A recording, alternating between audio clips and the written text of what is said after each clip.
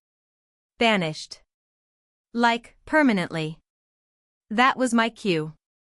I went full escape mode. I waited until that night, during another chanting ceremony, and snuck into the admin tent. I found the keys, blessedly labeled with runes but still usable, and my phone, which had been powered off and hidden inside a ceramic jar. I made a break for it. I sprinted through the forest like Jason Bourne with a man bun. Somehow, by the grace of whatever deity wasn't Solon, I found my car parked behind a log fence. I drove like a bat out of hell down the mountain road until I got a signal and called the first number I could, my mom. I ugly cried into the speaker until she figured out I wasn't dead. I later Googled the group. They're not officially labeled a cult, but they've got enough community watch articles and ex-member testimonials to make it clear I had been one spiral away from being inducted permanently. Since then, I've been in therapy, got a new job, and I'm cautiously dating again. But every now and then, I get a letter in the mail. Handwritten. No return address. Just a note, the waking flame remembers you, Altaran. I burn them immediately. TIFU by accidentally convincing my boss I was terminally ill and then doubling down for 6 months. This happened about a year ago, and it's haunted me ever since. I work in a mid-sized marketing firm in the Midwest, the kind of place with casual Fridays, Keurig machines, and way too many birthdays celebrated in the break room. I'm a pretty average guy, mid-30s, quiet, keep to myself. I've worked here for about 5 years. The story begins on a normal Tuesday morning that turned into the absolute worst day of my professional life. It started with an offhand comment. I wasn't feeling great, just a nasty stomach bug. I was pale, sweaty, and had lost like 5 pounds in a week. I walked into the office looking like a raccoon who'd lost a boxing match. My boss, Karen, yes, that's her actual name, stops me by the coffee machine and says, "Oh my God, are you okay?" Now, this is where everything went wrong. I should have said, just a bug. That's what a sane person would do. But I was in that weird mental state you get when you haven't eaten solid food in 2 days and you're running on ginger ale and regret. So, without really thinking, I said, yeah, just some medical stuff. Nothing serious.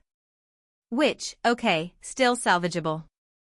But then she got this very concerned look and said, "You look really sick. Are you sure you're all right?" And for some reason, maybe I wanted a little sympathy, maybe I was just tired, I replied, "It's complicated. Honestly, I'm still processing everything." Boom. That was it. Her eyes widened. She gasped. "Oh my God, is it cancer?" Now I had 2 options here. I could laugh it off and say, "No. Just a stomach bug, I swear." That would have been the smart thing. But instead, I panicked. Maybe it was how sincere and empathetic she looked, or maybe I was just in too deep already. I froze for a second and then nodded. A single nod. That's all it took to begin 6 months of the most uncomfortable, exhausting lie I've ever lived. Karen didn't pry. She just gave me a tight hug and said, "You let me know if there's anything I can do." I didn't even correct her. I went back to my desk and just sat there, staring at my keyboard, wondering what the hell I had just done. That afternoon, she told HR. HR told the senior partners. The next day, someone left a get well soon card on my desk with a Starbucks gift card in it. The day after that, our CEO, a man who hadn't spoken to me in 2 years, dropped by and said, "We're all pulling for you." I should have come clean. Every single day, I thought about just going into Karen's office and saying, "Look, I'm so sorry, this was a misunderstanding, I'm not sick." But every time I got close, someone would say something kind or leave another snack basket or offer to donate PTO. I felt like the world's biggest piece of garbage. But I also felt like I'd passed the point of no return. And that's when the worst thing happened. They started letting me work from home whenever I wanted. They hired a temp to handle some of my tasks. My team leader told me not to worry about deadlines, to just focus on healing. I was living in a lie cocoon made of premium granola bars and well wishes. Then came the kicker. The company organized a 5K charity run in my honor. Not for a specific disease, just a vague cancer awareness event, complete with t-shirts that said "Run for Ron." I'm not even named Ron. That's how low profile I am at this company. My actual name is David. I showed up to the run because I didn't know what else to do. There were banners with my face. People gave speeches. A woman from accounting cried during her 2K walk and said I was an inspiration. I thought about faking a limp to look more convincing. Instead, I just stood there, hands in pockets, trying not to vomit from guilt. That night, I couldn't sleep. I knew I had to end it. I decided I would go in the next morning and come clean to Karen. Full honesty. Beg for forgiveness. Offer to resign. Something. But fate, as it often does in these tales of stupidity, had other plans. I walked into the office early, before most people arrived. I went to Karen's office. She was already there, sipping tea, smiling when she saw me. Before I could say anything, she said, "How are you feeling?" I panicked again. My brain short-circuited. And I said, "I just got some amazing news. The treatment's working." Her face lit up. She clapped her hands. Oh my God, that's incredible. And now? Now I was in remission from a fake disease I never had. For the next 3 months, I lived the most awkward double life imaginable. I made up symptoms. I pretended to go to treatments. I invented a support group. Every time someone asked how I was, I'd mumble something like, one day at a time. They brought me cupcakes for my last chemo day. Eventually, I decided the only way out was to move.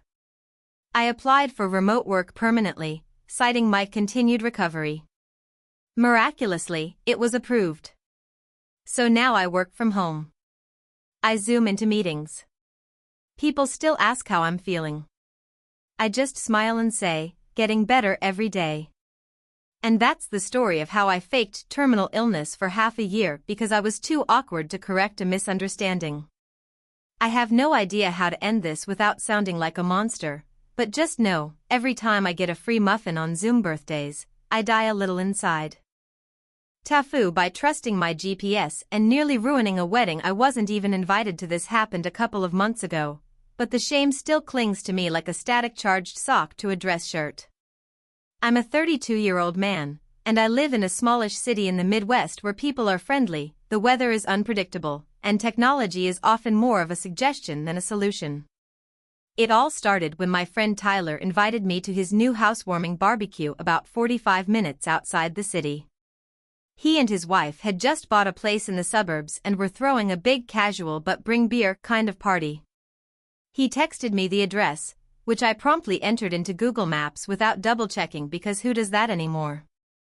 I packed up a cooler, made a killer pasta salad, thanks TikTok, and even wore my nice casual shirt, the one that says, I made an effort, but I'm not trying to sell you insurance. Around 2:30 p.m., I left for what I thought would be a chill, beery afternoon catching up with old friends. The drive was uneventful until I got into the suburb where Tyler supposedly lived. That's when my GPS told me to turn into a small gated community. I didn't think twice. I tailgate someone through the gate like a total jerk, sorry, silver Kia, and continued on. The houses here were very nice. A bit upscale for Tyler, who once duct taped his bumper instead of paying for a proper repair, but hey, maybe his wife had money. I pulled up to a house that matched the address and saw a cluster of people in the backyard. There were balloons, laughter, folding chairs, kids running around. It looked like a party, and I figured, yeah, Tyler must have gone all out. Good for him. I walked around the side gate into the backyard carrying my cooler and pasta salad like I was the hero no one asked for. As I approached the group, I started to realize I didn't recognize a single person. But I hadn't seen some of our college crew in a while, and people age weird, right? I was probably just early and everyone else was Tyler's family or coworkers. Some older woman waved at me and said, "You must be from Caitlin's side." Thinking quickly, I nodded and said, "Yeah. Distant cousin. Haven't seen her in ages." That got a few chuckles and smiles. Apparently, Caitlin was the bride. At this point, a part of my brain was screaming, wrong house. Abort, but another part, the socially awkward, conflict-avoidant part, was like, just ride it out, man. You're already here. Free food. So I found a shady spot near the back, dropped my cooler, and kind of blended in. People asked me questions about how I knew Caitlin, and I gave increasingly vague answers like, oh, back in the day, and we go way back. I started sipping a beer from my cooler to calm my nerves. Then came the moment everything went sideways. The music cut out and someone tapped on a microphone. A guy in a tux, clearly the groom, got up on the little patio stage and said, "Thank you all for being here to celebrate our special day. Before we eat, Caitlin and I wanted to share a slideshow of our journey together." At this point, two things happened simultaneously. First, a screen popped up showing baby photos and teenage selfies of Caitlin, who I now saw was a petite brunette I had definitely never seen before in my life. Second, Tyler, my actual friend, texted me. "Hey bro, you coming? We're getting the grill going now." I froze. I checked the address again. Sure enough, I had typed 315 Maple Ridge Lane instead of 351. That one small digit sent me not just to the wrong house, but to a full-blown backyard wedding reception for a couple I didn't know. I started sweating immediately, like I was in the hot seat of a game show. I looked around and realized I was dangerously close to the screen. I could see childhood pictures, family memories, grandparents. I was standing smack dab in the middle of someone's love story with a solo cup and a bowl of carb-heavy salad. Panic kicked in. I picked up my cooler and started inching toward the side gate like I was sneaking out of a hostage situation. But as I turned to leave, I tripped over a garden light, dropping the entire pasta salad in a dramatic, slow-motion splatter all over the stone patio. Every head turned. The music stopped. The slideshow paused on a particularly emotional photo of Caitlin and what looked like her late grandmother. A hush fell over the crowd, broken only by a small child whispering, "Why did that man drop food on Nana?" I stood there, open-mouthed, holding an empty Tupperware like it was Exhibit A in a trial. The groom stepped forward. Can we help you?" I stammered, "I'm so sorry. I think I'm at the wrong house. I was looking for a barbecue. Not this. Not a wedding. You guys look amazing, by the way. Huge congrats." I tried to flee with what little dignity I had left, but my cooler lid wasn't on tight and several beers rolled out and scattered like sad marbles across the lawn. I ended up crawling around, gathering them while murmuring more apologies, before finally escaping out the gate and back to my car, which was parked across the street like the world's worst wedding crasher. By the time I made it to Tyler's house, everyone had heard. Apparently the mother of the bride took a photo of me in mid-salad spill and it made the local neighborhood Facebook group under the title, "Mystery Wedding Crasher with Excellent Beer Selection." Tyler couldn't breathe from laughing when I walked in. His wife hugged me and whispered, "You brought more drama than the actual vows." I wish I could say that was the end of it. But no. A week later, someone from the wedding somehow found me on Instagram and made me a photo of the patio pasta massacre, along with a caption that just said "Never forget." I still haven't. TIFU by trying to prank my new co-workers with a fake haunted office and accidentally triggering a corporate investigation. So this happened about a month ago, but the fallout just finished and I'm finally able to talk about it without wanting to crawl into a hole and die. I, 28M, started a new job at a mid-sized marketing firm. It's a chill place, open concept office, beanbags in the corner, and a full-on kombucha bar in the break room. You get the vibe. Anyway, I joined the creative team, and these people are the exact kind of weird you want to work with, funny, meme-savvy, heavy into D&D and Reddit lore. I felt right at home. The team has this running inside joke about how the third floor is haunted. Just dumb stuff, lights flickering, chairs slightly out of place. One guy claims he hears footsteps when he stays late. I thought it was a bit and asked about it during a team lunch. Everyone leaned into it. Oh yeah, Greg from accounting refuses to use the third floor bathroom. Janine swears she saw the microwave door open by itself. I thought it was hilarious and immediately saw potential for a prank. I wanted to enhance the haunting a little. You know, spice things up. I had zero idea how badly this would backfire. So I made a plan. The office uses those cheap motion sensors for lights, and they have a slightly delayed response. I figured if I could plant something that moves slightly, the lights would flicker on and off at random. I ordered one of those little rotating fans, the kind you see in Grandma's house, and set it on a timer under a desk. I put a paper ghost on it so it looked like it was swaying. Then I hid one of those Bluetooth speakers inside a ceiling tile and scheduled it to play faint whispers at random intervals during the evening. I was proud of my work. Subtle enough to be spooky, not overt enough to get caught immediately. I tested it on a Sunday evening, made sure everything worked, and went home with the gleeful anticipation of causing mild confusion and perhaps a little fear. What I didn't know is that the building manager had just installed a new motion-sensitive security system over the weekend. The kind that sends automatic alerts when there's movement after hours. Monday morning, I walk in and everything is chaos. People are buzzing about how something weird happened overnight. Lights flickering, creepy noises, someone swears they saw movement on the security cam footage. I think, cool, this is working even better than expected. Then I notice a security guard walking around with two IT guys and our department manager. They're doing a full sweep. Uh-oh. Turns out the system flagged unusual activity around 3 a.m. Security reviewed the footage and saw the lights going on and off, with some blurry motion under one of the desks. It looked like a person crawling. The camera wasn't high-res enough to show my rotating fan clearly, so it just looked like something. The whispers were picked up by the audio sensors, which they assumed was interference or, more alarmingly, someone trying to tamper with the system. I'm trying to play it cool.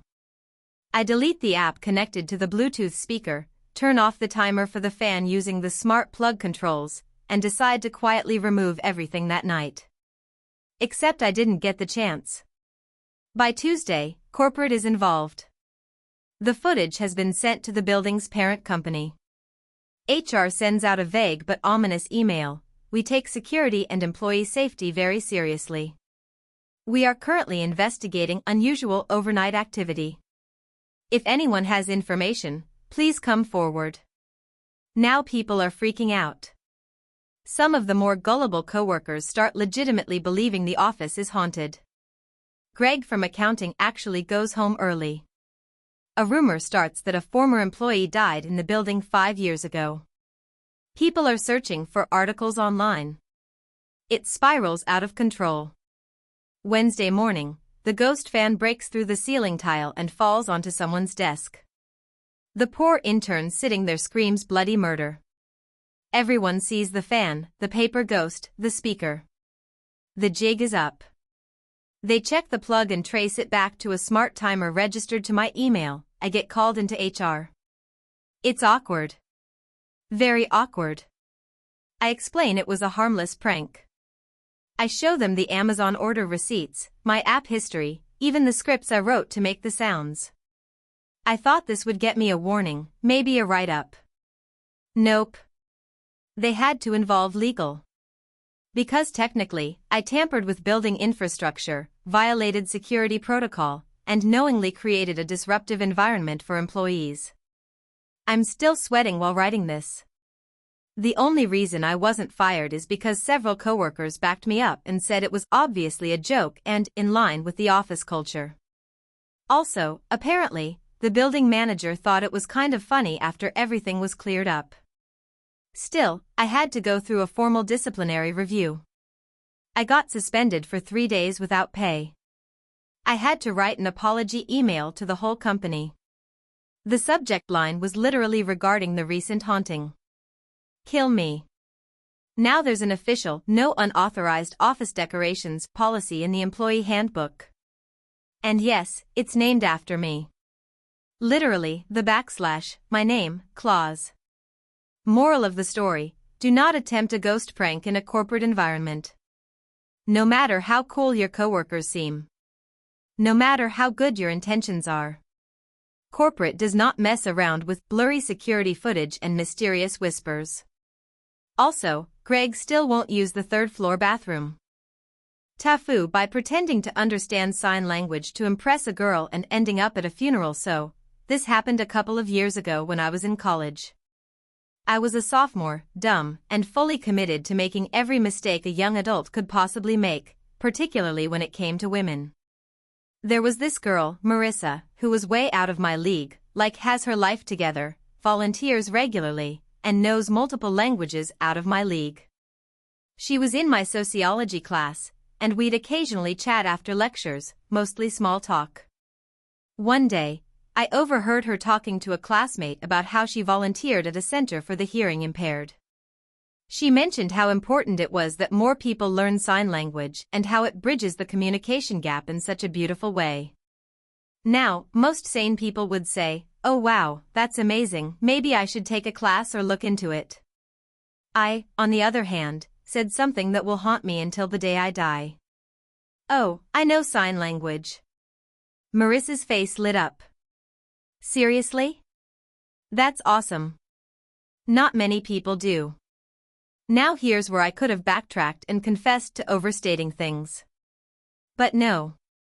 I leaned into the lie like a man who had never been burned before. "Yeah, I learned it in high school. I'm a little rusty though." Her eyes sparkled. "You should totally come to the center sometime. We always need extra volunteers." And just like that, I was trapped in a lie. I spent the next few days panic watching ASL tutorials on YouTube. I tried learning basic phrases, the alphabet, some common expressions, just enough to fake my way through a simple conversation. My brain was melting, but I thought I had it. It was like cramming for a final you know you're going to fail but pretending you might survive. The day came. Marissa picked me up, cheerful and excited, and we drove to the center. I was sweating bullets, trying to remember how to spell hello with my fingers. As we walked in, she introduced me to some of the staff and a few members of the deaf community. One woman, Linda, smiled warmly and signed something I absolutely didn't understand. Marissa turned to me. She said welcome and asked if this is your first time volunteering. I just smiled, nodded, and signed what I thought was "nice to meet you." Based on her expression, I had either nailed it or accidentally signed "your grandmother is a fish." Everyone was polite enough not to react, and I managed to bumble through about 45 minutes of assisting with activity setup. I avoided direct interaction as much as possible and mimicked others when necessary. It was hell, but I thought I was pulling it off. Then came the moment that changed everything. One of the staff members, Jim, approached me and signed something rapidly. I looked at Marissa, who interpreted. "He says they're short on drivers for the memorial service and asked if you can help transport a few attendees to the venue." I thought, a memorial? Okay, like a casual tribute event. So I nodded and said, "Sure." Next thing I know, I'm driving a van with 3 deaf elderly people in the back, none of whom speak a word. They try to sign to me a few times, and I respond with vague nods and nervous thumbs-ups like an absolute idiot. I'm gripping the wheel like it's a lifeline, praying they don't ask for directions. We arrive at the venue, except it's not just a memorial. It's a full-on funeral.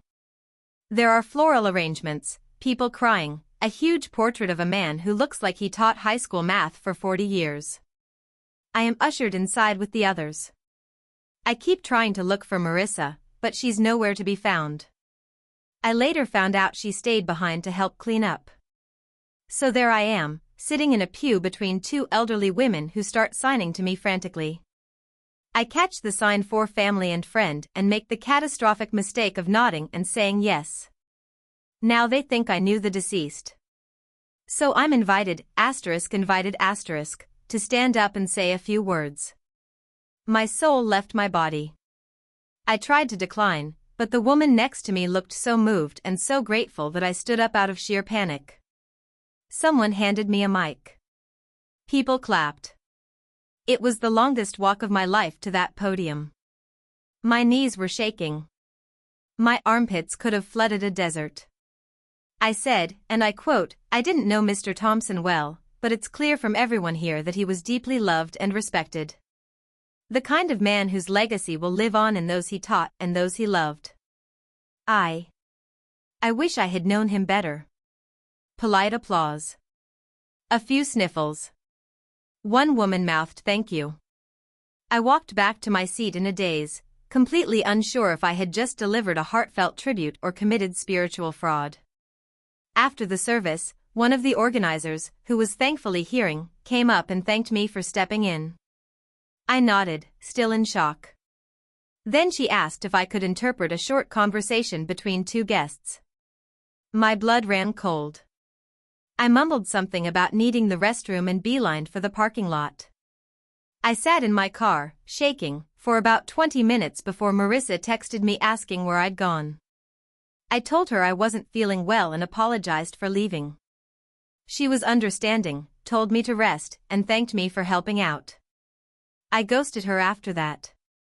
To this day, I live in fear that someone will uncover video footage of me at that funeral, pretending to be a long-lost friend of a man I never met, delivering a eulogy that was essentially a mad lib of funeral cliches.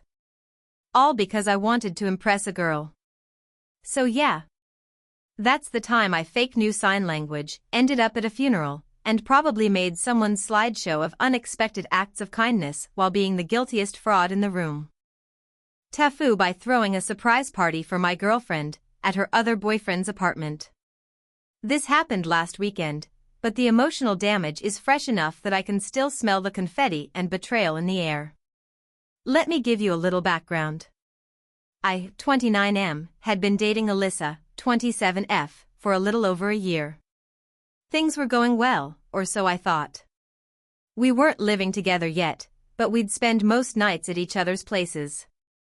She kept a toothbrush at mine, I had a drawer at hers, all that cute stuff. I was fully smitten. She laughed at my stupid jokes, brought me soup when I was sick, and even got along with my dog, which, let's be honest, is rarer than you'd think. Her birthday was coming up, and I wanted to go all out. Not the usual dinner date or concert tickets.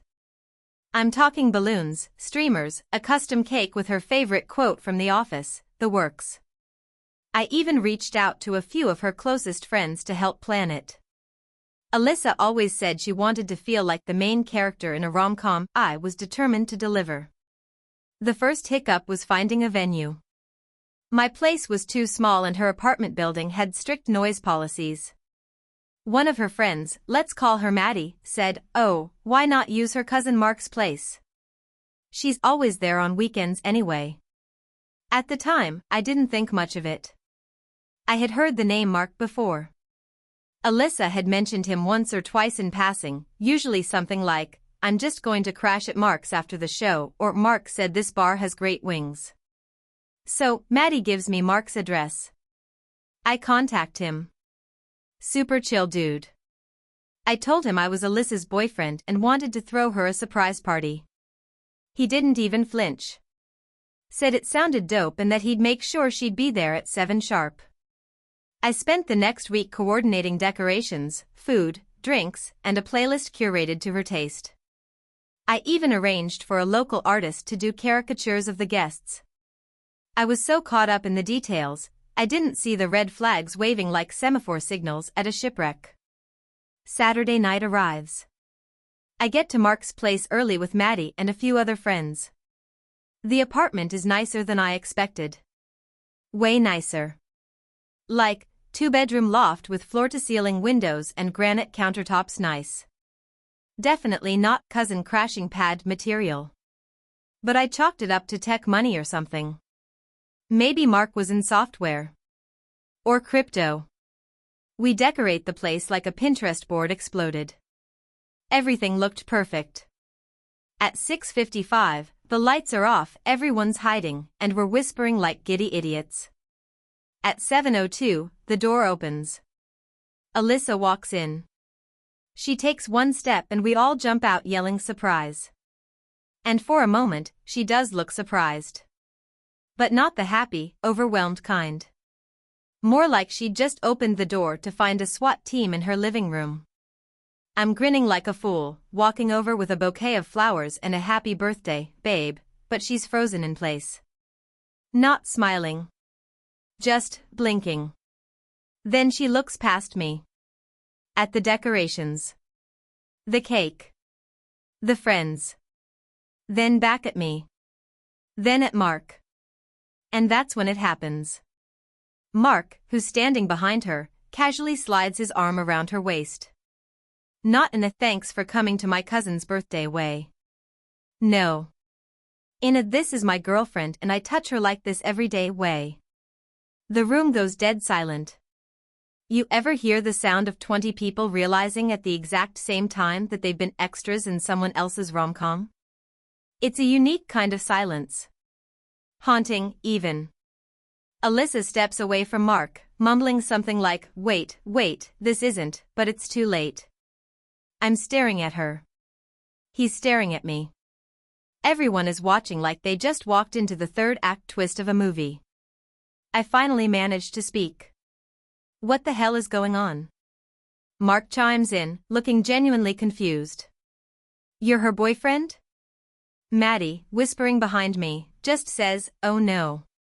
Turns out, Alyssa had been dating both of us. For at least 6 months. She told me Mark was her cousin. She told Mark I was her coworker. She used a fake last name on her socials to make it harder to connect the dots. When she was working late, she was with him. When she said she was at Mark's for the weekend, she was with him, and vice versa. And the most twisted part? Neither of us knew. Mark wasn't in on it. He was just as blindsided as I was. We ended up grabbing a beer together later that week to process the mess. There's nothing like bonding with your romantic rival over shared betrayal and birthday cake no one felt like eating.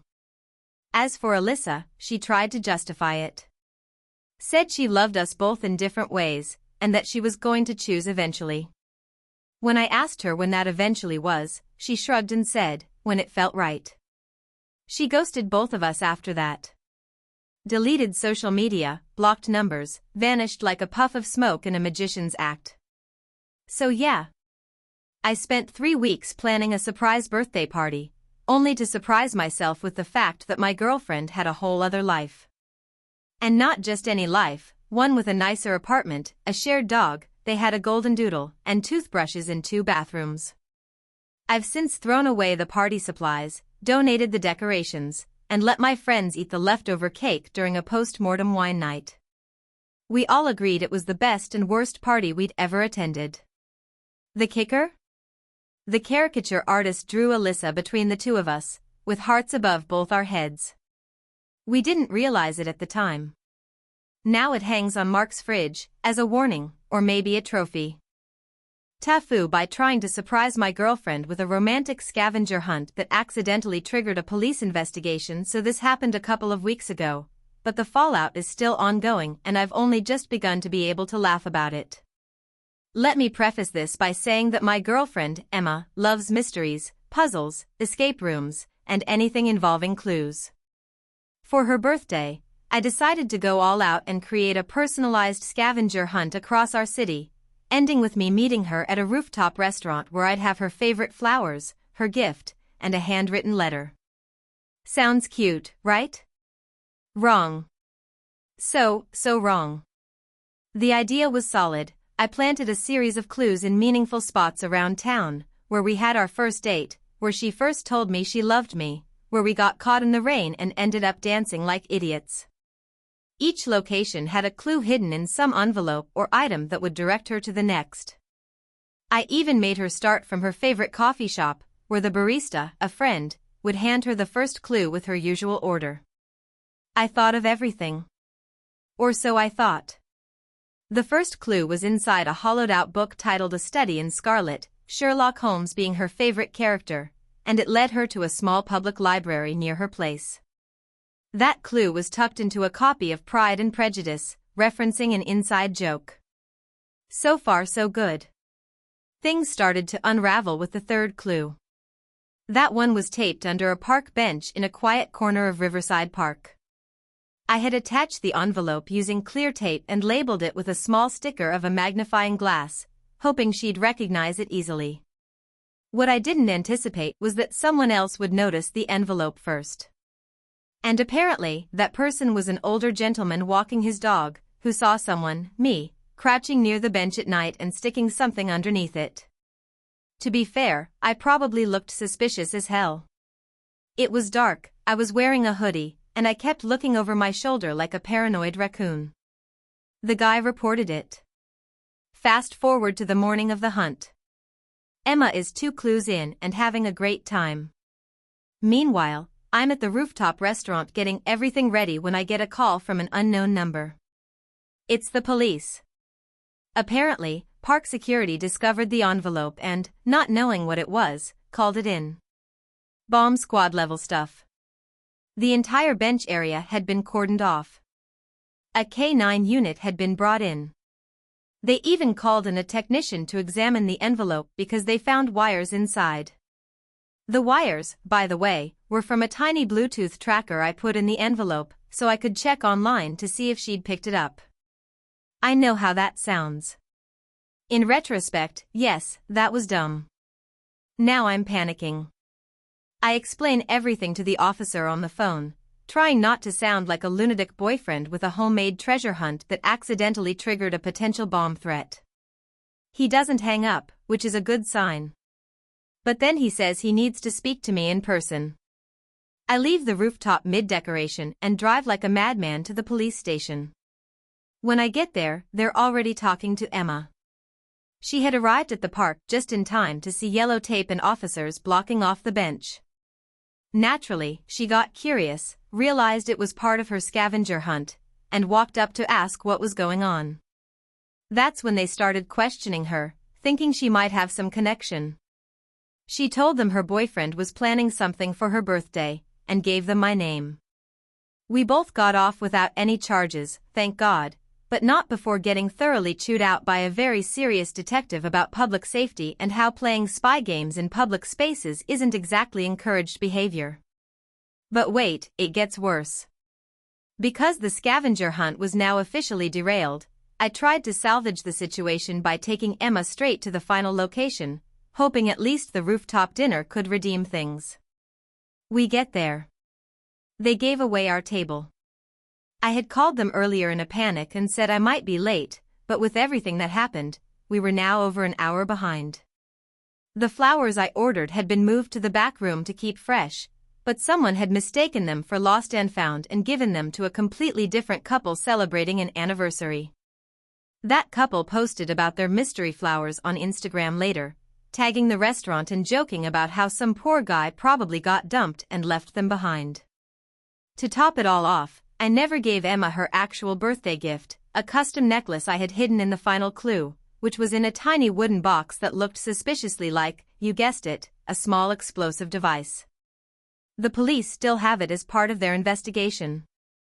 So Emma's birthday scavenger hunt ended with her being interrogated by police, me nearly getting arrested, a botched dinner, missing flowers, and a lost gift.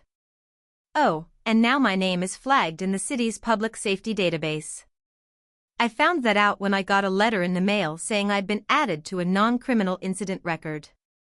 Whatever that means.